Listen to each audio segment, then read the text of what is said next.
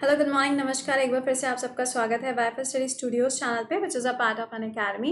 और सुबह का जो 5 बजे का टाइम स्लॉट है ये रहता है आपका रिवीजन का पार्ट। इसके अलावा सुबह 7 बजे आपका मेन करंट अफेयर का सेशन रहता है जिसे आपको मिस नहीं करना होता है, क्योंकि ये सेशन आपको पूरे दिन भर एनर्जेटिक रखता है। तो प्लीज़ इसको ज्वाइन करना मत भूला करिए लाइव सेशन में।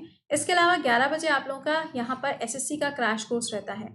8 बजे और शाम को 5:45 बजे आपको बर्निंग इशू मिलता है अगर कोई ऐसा टॉपिक होता है तो ये तो बात हो गई यूट्यूब के क्लासेस के बारे में। इसके अलावा अन अकेडमी पे जो स्पेशल क्लासेस फ्री क्लासेस चल रहे हैं आप उनको भी ज्वाइन कर सकते हो।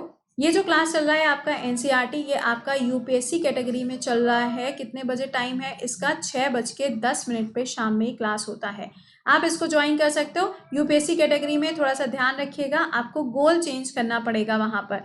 दूसरा, ये जो क्लास हो रहा है दोपहर में 2 बजे रहता है और इसके बाद हम ये स्टैटिक रिविजन में नहीं लेके आने वाले, क्योंकि ये 2 बार मैंने इसको पढ़ा दिया और इस बार इसके बेसिस पे आपको क्विज मिल रहा है। तो 2 बजे का क्लास मिस मत किया करिए। हर दिन आपको 2 स्टेट मिलते हैं।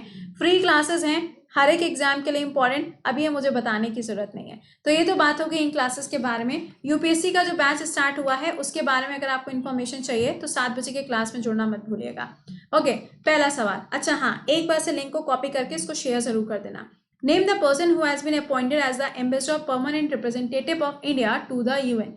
यूएन के अंदर अभी हाल ही में परमानेंट रिप्रेजेंटेटिव प्रतिनिधि के रूप में किसका अपॉइंटमेंट किया गया है? आंसर बनेगा टीएस त्रिमूर्ति जी को अपॉइंट किया गया है।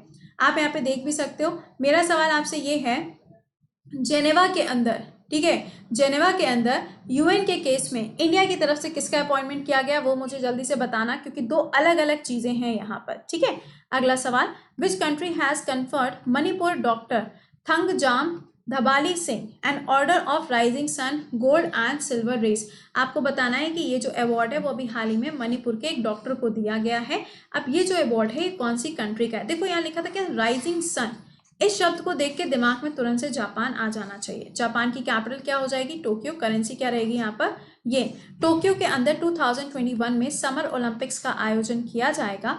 वैसे तो इनको 2020 में ही होना था, लेकिन इसको पोस्टपोन किया गया ड्यू टू कोविड। और अभी अगर आप देखोगे जापान के अंदर बहुत ही बुरी तरीके से रिसेशन जो है वो छाया हुआ है, यहाँ पे मंदी भी छाई हुई है।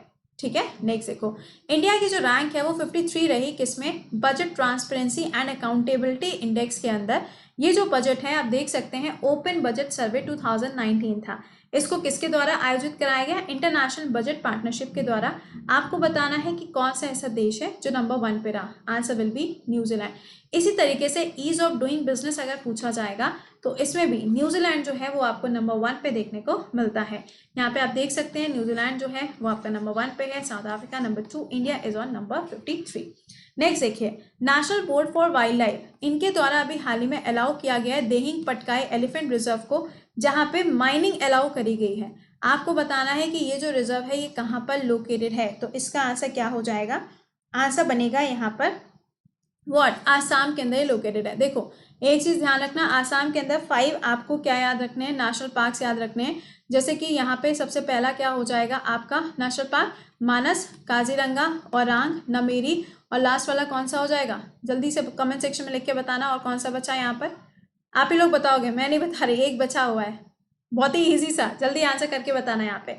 नेक्स्ट देखो, यहाँ पर आपको क्या याद रखना है? Scientist from Wadia institute of Himalaya geography in the study, इनके द्वारा एक स्टडी करी गई global level and planetary changes general के अंदर, जिसमें बोला गया है क्या कि रिवर इरोजन जो है वो लद्दाख के एरिया में काफ़ी ज़्यादा होता है। आपको बताना है कि WIHG यानी कि ये जो इंस्टीट्यूट है ये कहाँ पर लोकेटेड है।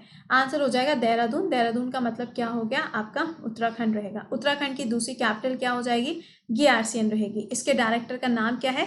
कालाचंद सेन। नेक्स्ट देखिए, name the cricket team which has got the first place since 2016 by racing past India in the recent test men's test team ranking in ICC.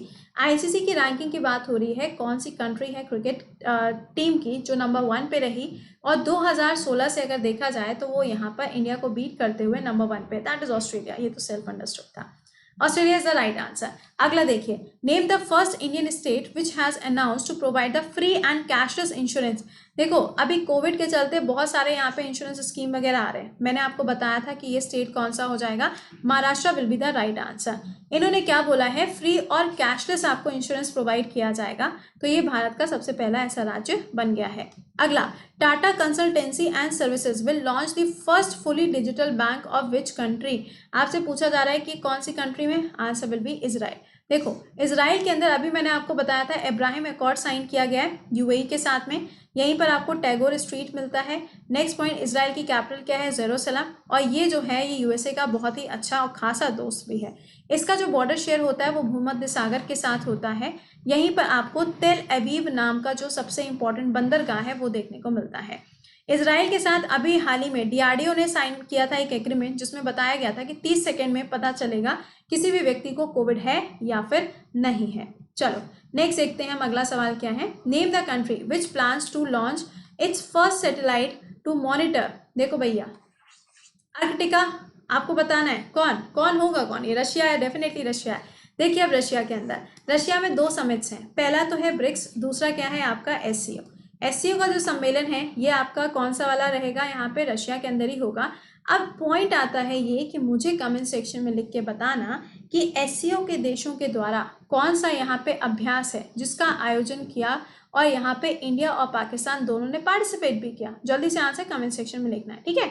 BRICS की बात करोगे तो एंटी ड्रग अभी हाल ही में एक समिट हुई, किसके लिए, ब्रिक्स के जितने भी मेंबर्स हैं उनकी एक मीटिंग हुई, जिसमें ड्रग को किस तरीके से कंट्रोल किया जाए, उसकी स्मगलिंग कैसे रोकी जाए, ये सारी बातें हुई। और इसका हेड कौन रहा है यहाँ पे, रशिया। ऑब्वियस सी बात है रशिया में आयोजन होना है, ठीक है। अच्छा ये जो है ये क्या करेगा, आर्कटिक ओशियन का जो पूरा क्लाइमेट है उसकी यहाँ पे उसके ऊपर नजर रखने का काम करेगा। जैसे बिल्कुल वैसे है ना, एमेजोनिया कहाँ पर, ब्राजील वाला है ना, तो अमेजोन वाला जो एरिया है, तो अमेजोनिया नाम की जो सैटेलाइट है वो लॉन्च करी गई है इसरो के साथ में मिलके।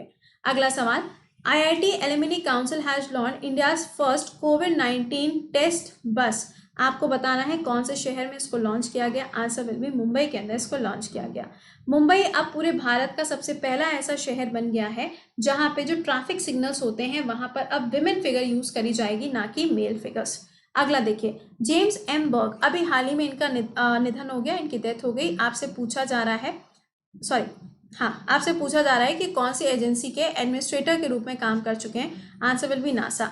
मेरा सवाल ये है, वॉशिंगटन डीसी के अंदर जो इसकी बिल्डिंग बनी हुई है उसका नाम किसके नाम पे रखा गया है, कमेंट सेक्शन में आंसर करिए। नेक्स्ट देखिए, name the present economic affair secretary of India. Present time में कौन है ये। अब एक चीज ध्यान रखना, इनका जो अपॉइंटमेंट किया गया है आप देख सकते हो आरबीआई के द्वारा इन मई 2020 में किया गया, answer will be Tarun Bajaj. ये वाला आंसर बच्चों वाला क्वेश्चन है। सवाल में पूछा जा रहा है संदीप कुमारी, ठीक है, इनके ऊपर अभी 4 साल का प्रतिबंध बाडा के द्वारा लगाया गया। कौन से खेल से जुड़ा हुआ है ये नाम, डिस्कस थ्रो। बाडा का हेडक्वार्टर कहाँ पर है, मॉन्ट्रियल, दैट इज कनाडा। अगर नाडा का हेडक्वार्टर पूछा जाएगा तो कहाँ पर है, दिल्ली के अंदर आपको इसकी लोकेशन मिलती है। नेक्स्ट देखिए, नेम द माइक्रोवेव सैनिटाइजर जिसको अभी हाल ही में यहाँ पर डाइट के द्वारा बनाया गया है, तो इसका नाम क्या हो जाएगा, अतुल्य। ये अभी लेटेस्ट वाला है, इसको थोड़ा सा ध्यान रखिएगा क्योंकि एग्जाम में आपसे क्वेश्चंस जो हैं वो फ्रेम होते ही होते हैं, तो एटलीस्ट यू शुड नो। अगर डीआरडीओ के पार्ट पे पूछा जाएगा तो डीआरडीओ ने भी यहाँ पे बहुत सारे ऐसी जो आपकी लाइक कहते हैं ना कि माइक्रोवेव्स वगैरह के हिसाब से सैनिटाइजर्स वगैरह बनाए हैं, या फिर ड्रोन वगैरह भी बनाए हुए हैं, जैसे कि भारत हो गया, तो ये सब आपको याद रखना है, ठीक है। अगला, name the first state in India which provides a mid day meal ration. ऐसा कौन सा स्टेट है, तो एमपी ऐसा स्टेट है।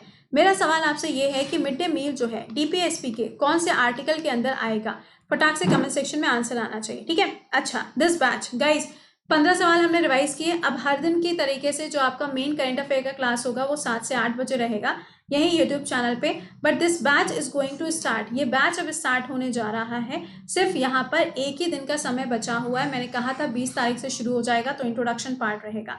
सबसे पहला जीएस में सब्जेक्ट हम आपको पॉलिटी पढ़ाएंगे, फिर हिस्ट्री पढ़ाएंगे, फिर साइंस, फिर ज्योग्राफी, फिर इकोनॉमिक्स। इसी के बैच में जब आप ज्वाइन करेंगे तो आप मैथ्स, इंग्लिश और रीजनिंग के जो क्लासेस हैं वो भी देख पाएंगे। कोड याद रखना, कृति 10।